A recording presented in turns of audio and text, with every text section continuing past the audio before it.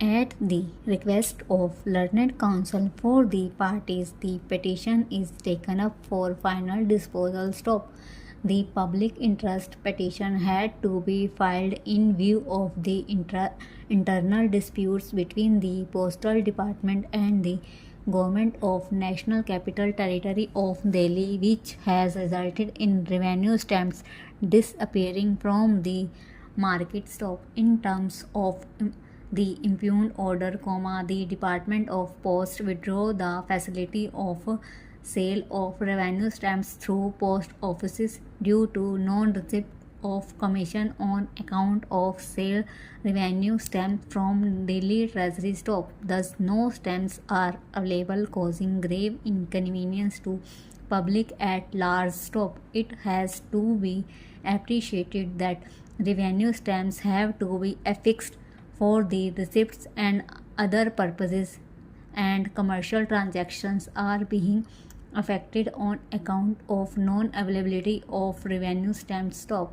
Next para. Learned counsel for the respondent states that a fresh order has now been issued whereby the Department of Post has allowed restoration of the facility of sale of revenue stamps through post offices till further order. After getting the insurance from the Government of Delhi stop. However, the latter is not clear as to till what period of time would this arrangement continue. Stop. In our considered view, the public at large must be assured that revenue stamps would be available from the post offices as usual, and if there are any disputes about payments to be settled between the Department of Posts and Government of Delhi, that may be mutually settled without causing inconvenience to the public. So,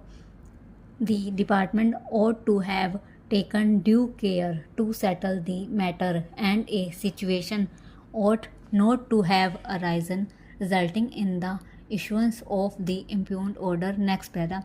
In view of the aforesaid, we direct that the respondent shall ensure the availability of revenue stamps through post offices even in future, and it will not be permissible to stop the availability of revenue stamps in case of non-settlement of any financial dispute between the Government of Delhi and the Department of Posts, for which the respondents can take recourse to appropriate proceedings between themselves.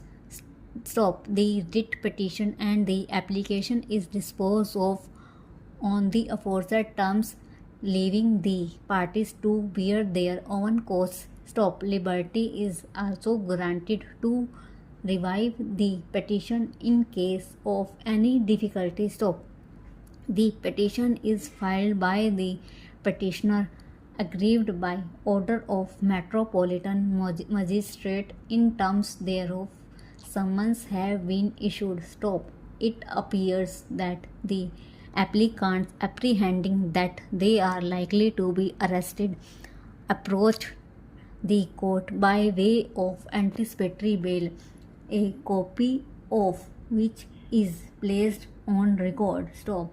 The additional sessions judge, hearing the application without examining the due effects of the order made by the Metropolitan Magistrate, dismissed the application. Stop.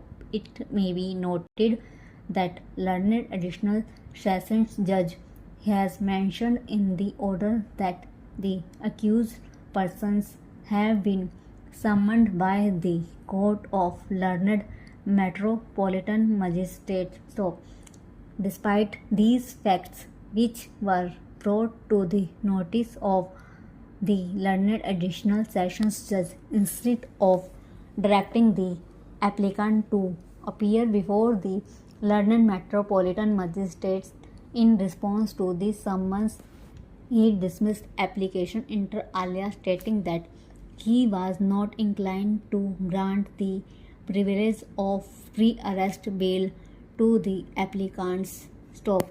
This situation was not warranted at all. Stop. Section 204 of the Criminal Procedure Code is required to be perused.